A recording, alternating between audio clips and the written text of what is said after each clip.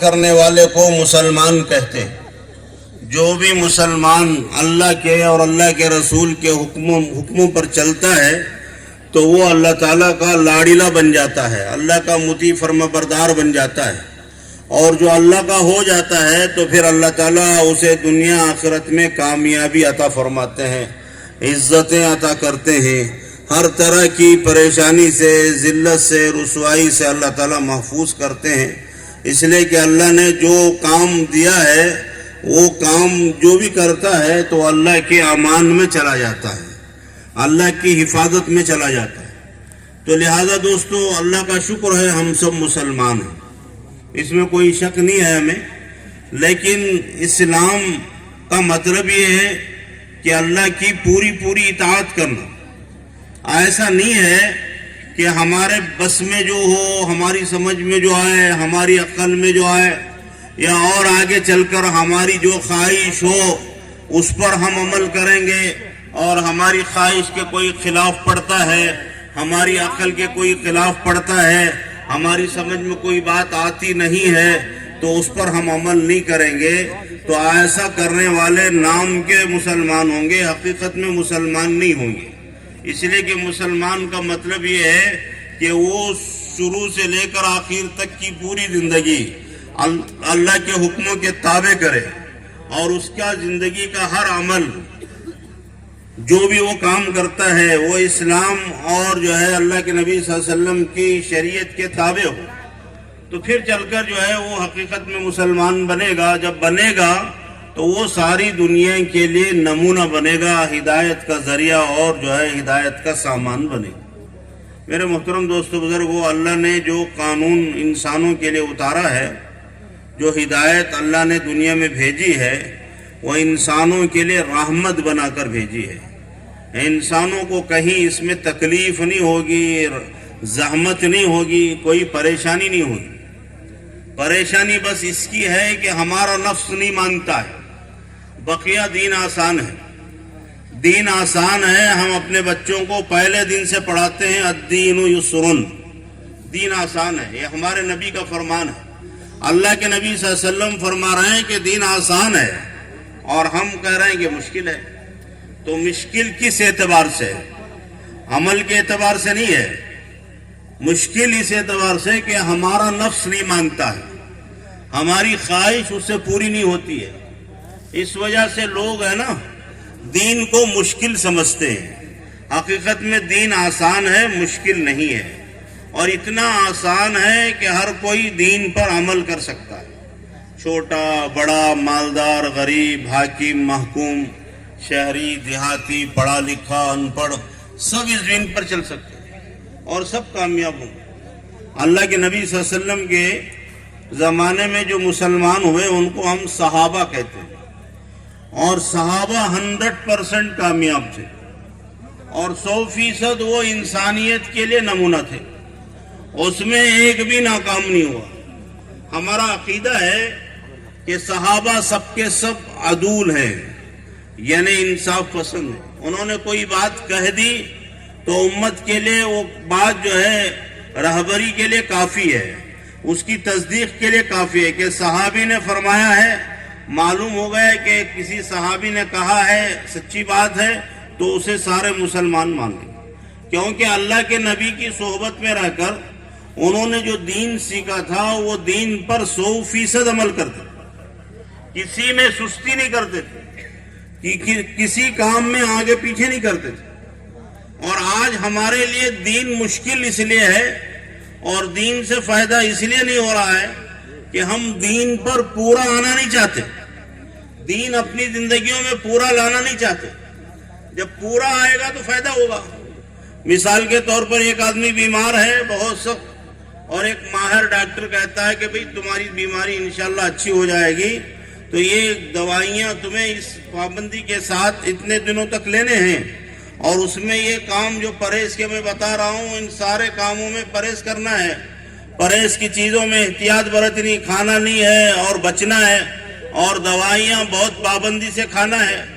اگر کوئی آدمی پورا پابندی کرے گا تو انشاءاللہ اسے صحت ملے گی، بیماری سے نجات ملے گی۔ اور ایک آدمی دوائی تو لے لیا لیکن اپنی مرضی سے کھاتا ہے، اس کی سمجھ میں جو آتا ہے وہ کھاتا ہے. ڈاکٹر بولتا ہے دو گولی صبح میں کھاؤ، دو دوپہر میں، دو شام میں.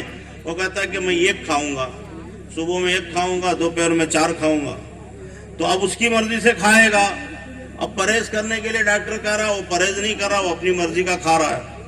اور پھر جا کے کہہ رہا ہے ڈاکٹر صاحب کو، ڈاکٹر صاحب آپ نے جتنی گولیاں دی تھیں، دوائیاں دی تھیں، سب نے انہیں کھائی.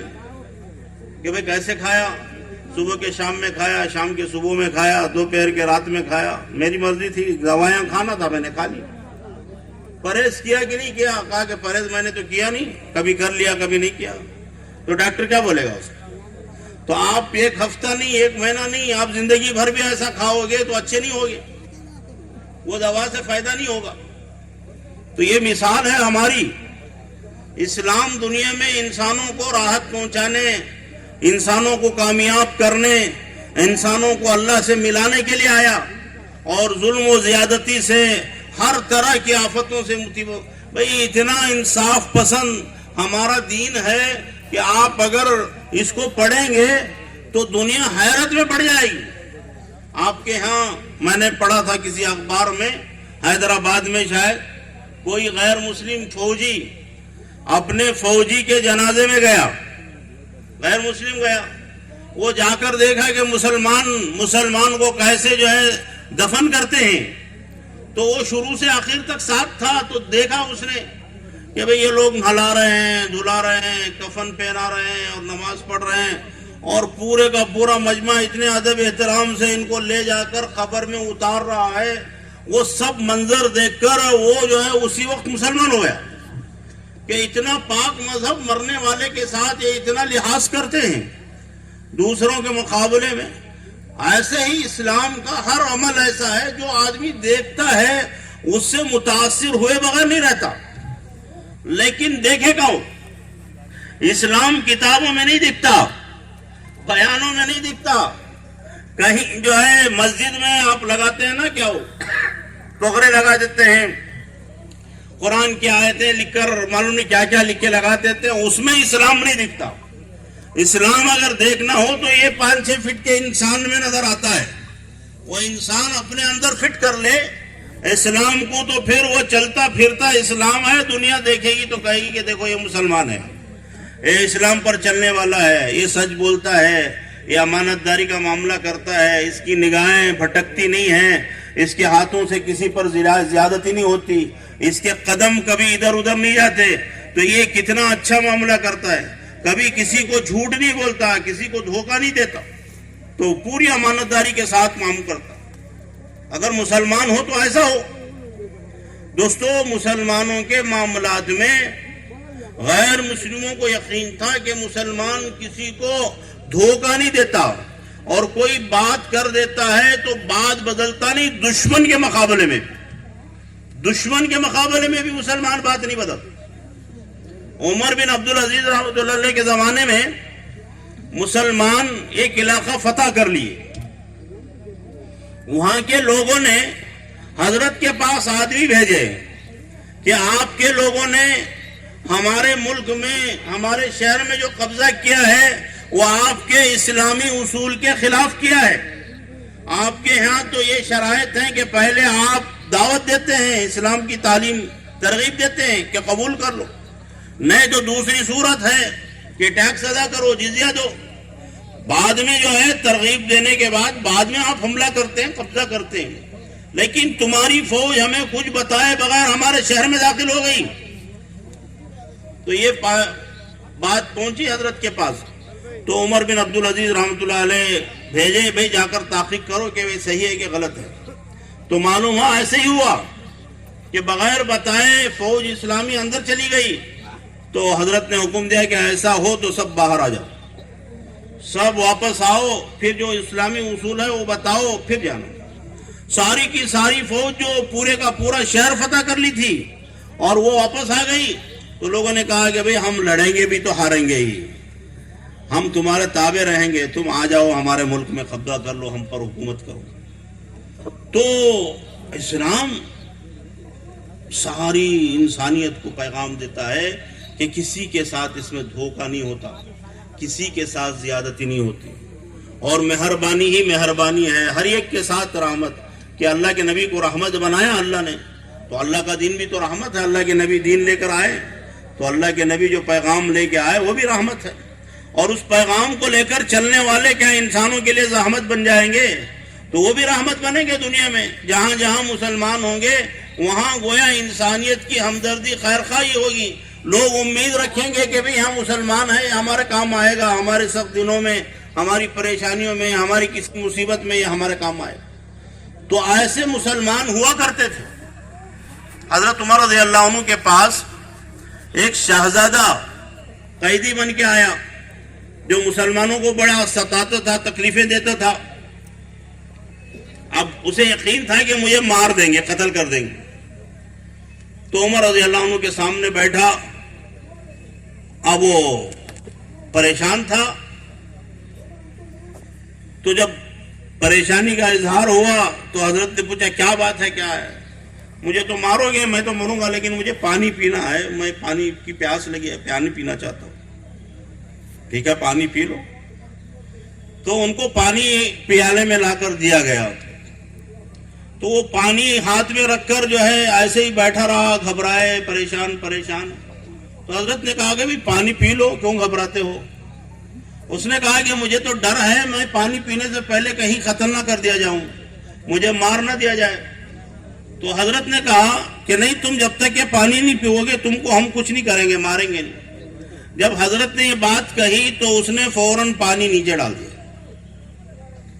اور اس نے کہا کہ اب تم مجھے مار نہیں سکتے، اس لیے کہ تم نے مجھے وعدہ کیا ہے کہ یہ پانی جب تک نہیں پیو گے میں نہیں ماروں گا. تو پانی میں نے پیا نہیں، اب میں پی بھی نہیں سکتا، اس لیے کہ زمین میں چلا گیا. تو حضرت عمر رضی اللہ تعالیٰ عنہ نے فرمایا کہ مجھے تو بھئی مسلمانی کوئی دھوکہ دے سکتا ہے، کوئی غیر ایمان والا دھوکہ نہیں دے سکتا. چلو ٹھیک ہے تم نے دھوکہ دے دیا. لیکن وہ اس مجلس سے اٹھا، باہر گیا، پھر آ کر کہا کہ میں اب مسلمان ہوتا ہوں، اشہد ان لا الہ الا اللہ و اشہد ان محمد رسول اللہ. تو لوگوں نے پوچھا کہ بھئی پہلے تجھ سے کہا گیا، تو نے مانا نہیں، حالانکہ تیری جان خطرے میں تھی. تو اس نے کہا کہ لوگ غیرت مند ہوتے ہیں کہ اگر میں پہلے کلمہ پڑھ لیتا تو لوگ کہتے موت کے ڈر سے کلمہ پڑھ لیا، موت کے ڈر سے مسلمان ہو گیا. اب جب مجھے چھوڑ دیا گیا، میری جان کو کوئی خطرہ، مجھے کوئی خوف نہیں رہا، تو میں اعلن اعلان پڑھتا ہوں، اس پر میری ذات پر بھی کوئی دھبا نہیں اور اسلام پر بھی کوئی دھبا نہیں کہ لوگ مسلمان بناتے ہیں زبردستی. تو یہ بات آتی ہے. تو فرمایا کہ ایسا بھی نہیں ہوگا. تو یہ بات تھی اسلام میں کہ مسلمان جہاں ہوتا تھا وہ رحمت ہوتی تھی. لیکن ہم لوگ آج اسلامی اصول کو اور اسلامی آداب کو اور اسلام کو ہم نے پوری طرح سے چھوڑ دیا ہے. کچھ چیزیں ہم نے رکھ رکھی ہیں، بس اس کو سمجھتے ہیں کہ کر لیں گے تو ہمارا کام بن جائے گا. کام نہیں بنے گا. پورا دین آئے گا تو کام بنے گا، تھوڑے دین سے کام نہیں بنے گا. ایک آدمی کو کھانا کھانے کے لیے، پیٹ بھرنے کے لیے جتنا کھانا چاہیے اتنا کھانا ہونا. اب ایک آدمی کو آپ نے دے دیا ایک لقمہ، بھئی یہ کھانا کھا لو، وہ ایک لقمہ کھانا بھی کھانا ہی ہے. لیکن کیا ایک لقمہ کھانا کھانے سے ایک بھوکا آدمی کا پیٹ بھر سکتا ہے اور وہ اتنا کھا کے اپنا کام کاج کر سکتا ہے، چل پھر سکتا ہے؟ کھانا تو ہے لیکن اس سے کام نہیں چلنے والا. ایسے ہی ہمارے پاس جو دین ہے وہ مسلمان کہلانے کے لیے ٹھیک ہے تو مسلمان ہیں کہ نام مسلمانوں کا رکھا ہے، کبھی کبھی نماز پڑھ لیتے ہیں، کبھی کبھی اللہ کا حکم پورا کر لیتے ہیں. لیکن یہ پورے اللہ کی مدد کو اتارنے کے لیے اور اللہ تعالیٰ کو ہماری طرف متوجہ کرنے کے لیے کافی نہیں ہے. تو یہ اس وقت کافی ہوگا جب ہمارے زندگیوں میں پورا دین آئے گا، اللہ کی ناراضگی والے سارے اعمال نکل جائیں گے. اور دیکھو آدمی سوچتا ہے کہ میں اتنا سارا معاملہ گڑبڑ ہے، اتنے سارے لوگ جو ہے شریعت سے دور ہیں، دین سے دور ہیں اور بہت سارے کیا کہتے ہیں غلط کاموں میں، گناہوں میں مبتلا ہیں، تو ان کو کیسے درست کیا جائے، کیسے ٹھیک کیا جائے؟ اگر آدمی ایسا سوچے گا تو واقعی میں بڑا مشکل ہے، اتنے لوگوں کو کیسے درست. لیکن معاملہ دوسروں کا نہیں، معاملہ میرا اپنا ہے. ہر آدمی یہ طے کرے کہ مجھے مسلمان ہونا ہے، مجھے اللہ کا سچا بندہ بننا ہے، مجھے اللہ کے حکموں پر پورا آنا ہے، دوسرے آنا ہے. تو جب ایک ایک آدمی دین پر آئے گا تو وہ گویا اس کی زندگی نورانی بنے گی. تو جب نورانی بنے گی تو اس سے لوگ ہدایت پائیں گے، راستے جو ہے پائیں گے اور رہبری حاصل کریں گے. وہ غلط لوگ صحیح راستے پہ آئیں گے کہ بھئی انسان تو ایسے ہوتے ہیں، اچھے تو ایسے ہوتے ہیں. تو ہمیں اپنے آپ کو بدلنے کی کوشش کرنا. یہ کوشش اس وقت ہوگی جب نیت کریں گے، اپنے آپ کو بدلنے کی نیت کرنا، اس کے بعد کوشش ہوگی. اور ہم میں سے بہت سارے ایسے ہیں آج تک ہم نے نیت ہی نہیں کی. جیسا دین ہمارا چل رہا ہے 20 سال سے 25 سال سے 30 سال سے ہماری گاڑی ویسی ہی چل رہی. سنتیں ہماری زندگی میں کچھ ہیں کچھ نہیں ہیں، جو نہیں ہے وہ لانے کی ہم نے کبھی کوشش نہیں کی. کوشش کرنا تو بات کی بات ہے، کبھی ہم نے نیت بھی نہیں کی. کیوں بھئی ایسا ہے نہیں ہے؟ تو نیت کریں گے تو آئیں گے نا. آدمی نیت کرے گا. جیسے آپ یہاں اجتماع کو آنے کی پہلے نیت کیے، بعد سواریوں کا انتظام کر کے یہاں پہنچے. نیت ہی نہیں ہوگی تو کیا ہوگا؟ آدمی گھر پہ بیٹھا رہے گا، دکان پہ بیٹھا رہے گا، اجتماع تھا جانا تھا نہیں گیا، تو ایسا بولے سے تھوڑی اجتماع میں آ جائے گا. تو پہلے نیت کریں اور کوشش کریں تو پھر انشاءاللہ آدمی کام بھی کرے گا.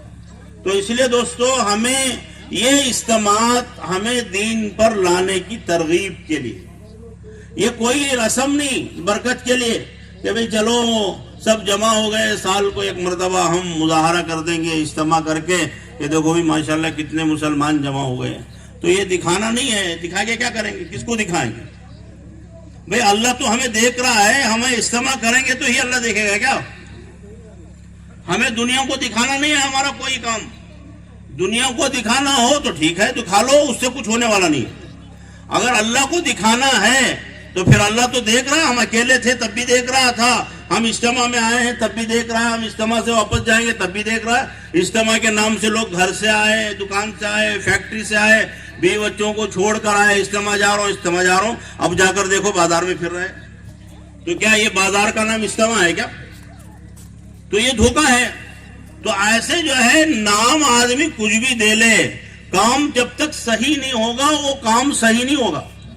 اس لیے ہم اجتماعات میں آتے ہیں، جوڑوں میں آتے ہیں، کسی بھی اللہ والے کے پروگرام میں جاتے ہیں، کسی جو ہے عالم کی بات سنتے ہیں، تو یہ نیت کے کہ جو بھی دین کی بات ہمارے سمجھ کی اور ہماری ضرورت کی بتائیں، ہم اس پر عمل کریں گے.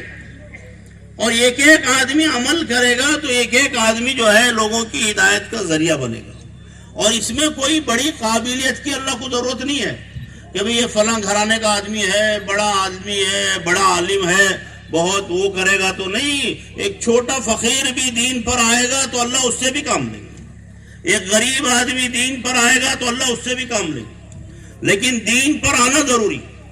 تو یہ اجتماعات ہمیں دین پر لانے کی ترغیب کے لیے ہیں، اور ہم نے اس کو رسم بنایا ہے کہ برکت کے لیے چلے جاؤ. اب اسی لیے لوگ جو ہے بہت سارے اب مغرب میں آئیں گے. کیوں بھئی؟ دعا کے لیے. بھئی دعا کیا ہوتی ہے؟ مزدوری ہوتی ہے. دعا کیا ہوتی ہے؟ مزدوری ہوتی ہے.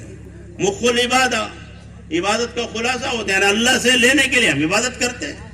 اب ایک آدمی مزدوری کرے گا صبح سے شام تک یا ہفتہ بھر، ویکلی پیمنٹ ہے، ڈیلی پیمنٹ ہے، منتھلی ہے، جیسا بھی ہے.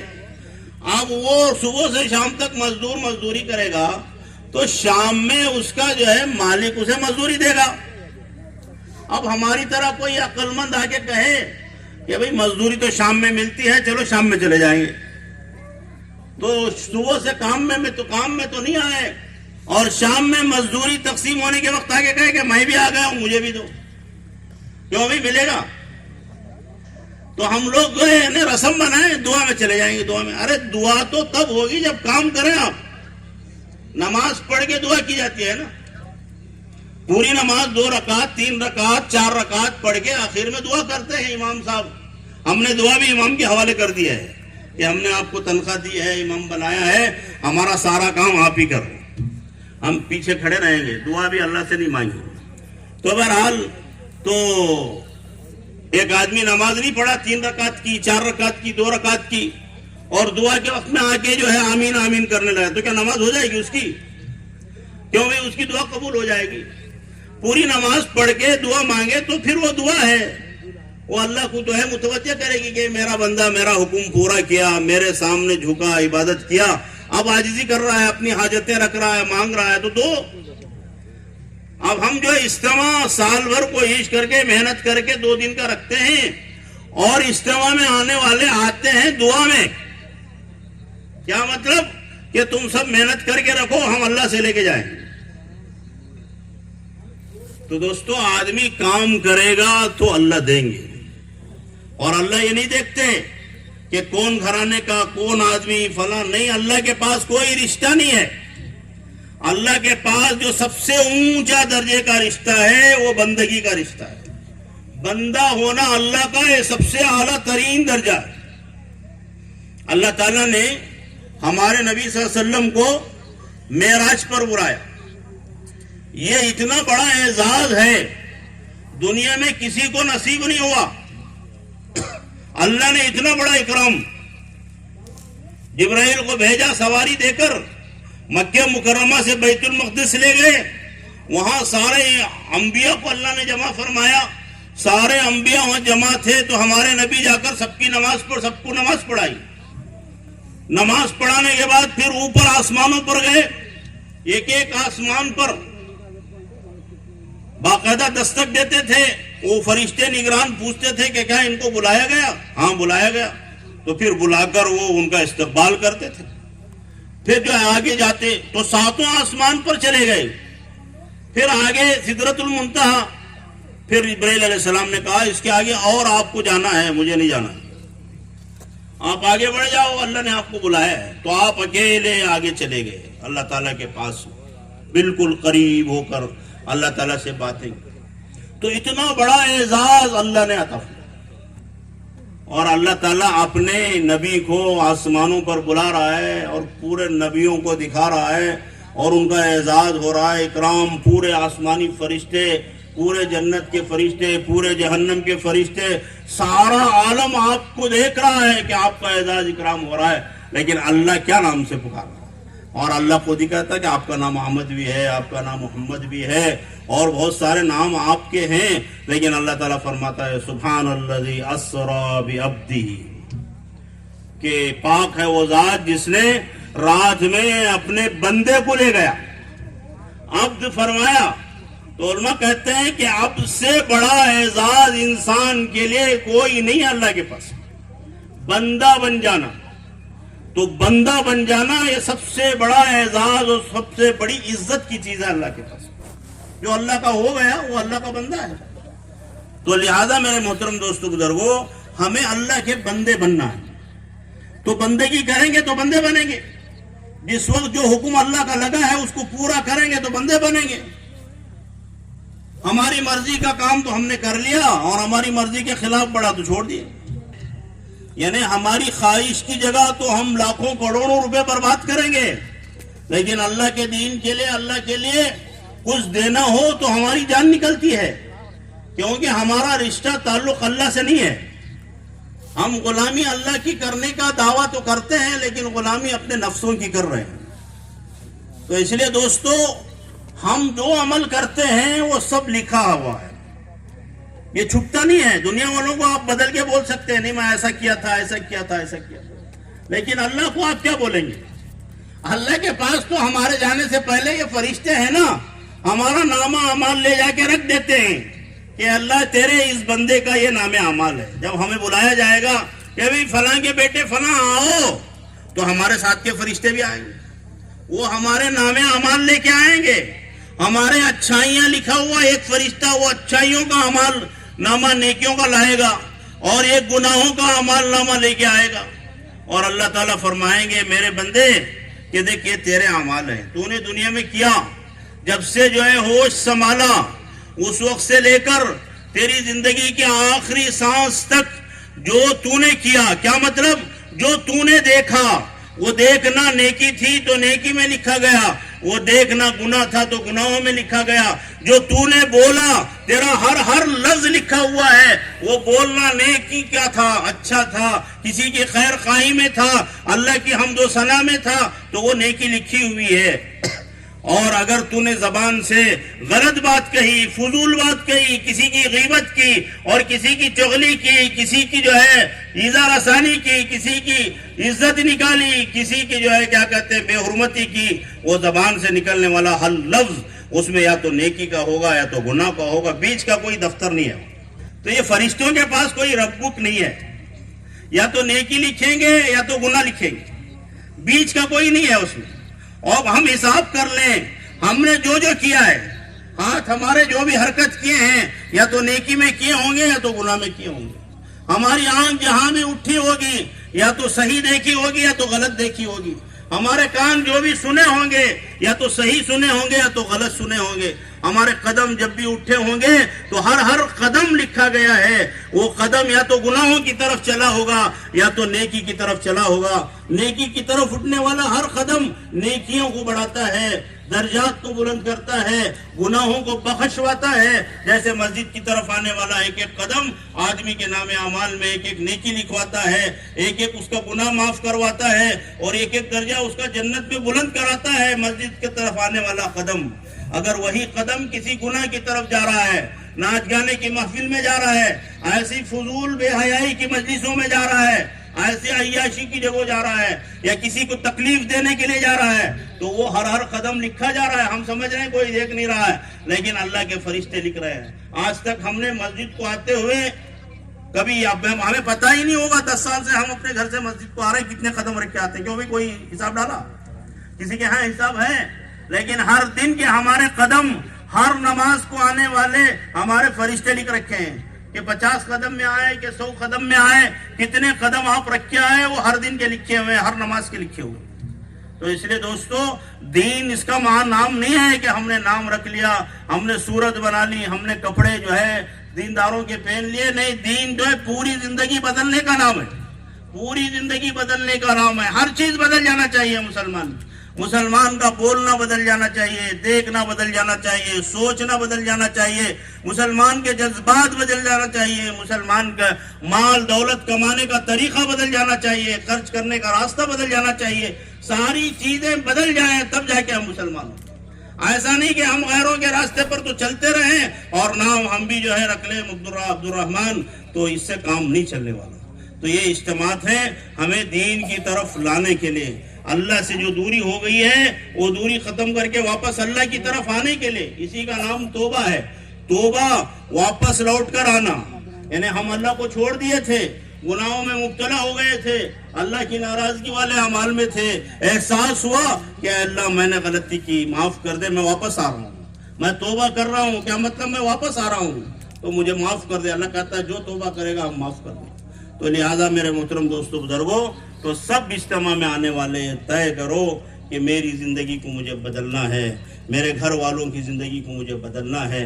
یعنی کیا بدلنا ہے؟ جو غیر اسلامی طریقے، غیر اسلامی فکرے، غیر اسلامی چیزیں ہمارے گھروں میں، ہماری زندگیوں میں، ہمارے بچوں میں، ہمارے کھانے پینے میں، ہمارے کپڑوں میں، جو بھی گھروں میں جو بھی آ گئی ہے اس کو ہم بدلیں گے، ہم اس کو نکالیں گے. ہم اسلامی طور طریقہ لائیں گے، اسلامی طرز زندگی لائیں گے اور اللہ کی عبادت کا ماحول ہمارے گھروں میں پیدا کریں گے. اللہ کی کتاب کو پڑھنے کا ماحول بنائیں گے، اللہ کو یاد کرنے، اللہ کو ذکر کرنے کا مزاج بنائیں گے. تو یہ سارے کام ہیں ہمیں کرنے کے. لیکن افسوس ہے کہ ہم اس طرف خیال بھی نہیں کرتے اور ایسا کرنے کی نیت بھی نہیں کرتے. سب سے بڑی بات تو یہ ہے، آج سب نیت کرو، انشاءاللہ ہم اپنی زندگی کو بدلیں گے. کیوں بھائی بدلیں گے؟ کیا بدلیں گے؟ سنت پر لائیں گے، شریعت پر لائیں گے. اب میں وضاحت نہیں کرتا، شرمندگی ہوگی بعض لوگوں کو، لیکن جن کو معلوم ہے کہ یہ کام سنت ہے میں نہیں کر رہا ہوں تو وہ شروع کر دو آج سے. یہ شریعت ہے میں نہیں کر رہا ہوں تو آج سے شروع کر دو. اور کوئی غلط کام میں کر رہا ہوں آج سے چھوڑ دو. اور ہم کو معلوم ہے میں کیا غلط کر رہا ہوں. ہم میں سے جتنے لوگ ہیں، ہو سکتا ہے باریک چیزیں ہیں، اسلام کی بات چیزیں ہیں جس کو اللہ کے نبی نے فرمایا کہ حلال بھی واضح ہے، حرام بھی واضح ہے. یعنی جائز چیزیں اسلام کی صاف صاف ہیں، واضح، اور ناجائز چیزیں صاف صاف ہیں. وبینہما مشتبہات، درمیان میں کچھ مشتبہ چیزیں ہیں. تو حکم یہ ہے کہ مشتبہ کو بھی چھوڑ. نہیں چھوڑتے تو کسی عالم مفتی سے جا کے پوچھ لو. لیکن یہ چیزیں جو دو کنارے ہیں، حلال کے اور حرام کے، جائز کے اور ناجائز کے، یہ تو سب کو پتا ہے. تو اس میں تو جم جاؤ. جو کرنے کے کام ہیں انشاءاللہ 100% کریں گے، 100% کریں گے. جو نہیں کرنے کے کام ہیں وہ 100% چھوڑ دیں گے. کیوں بھائی؟ کریں گے سب انشاءاللہ. باہر والوں کو چھوڑو، یہاں جو بیٹھے ہیں اپنے آپ میں نیت کرو میں کروں گا انشاءاللہ.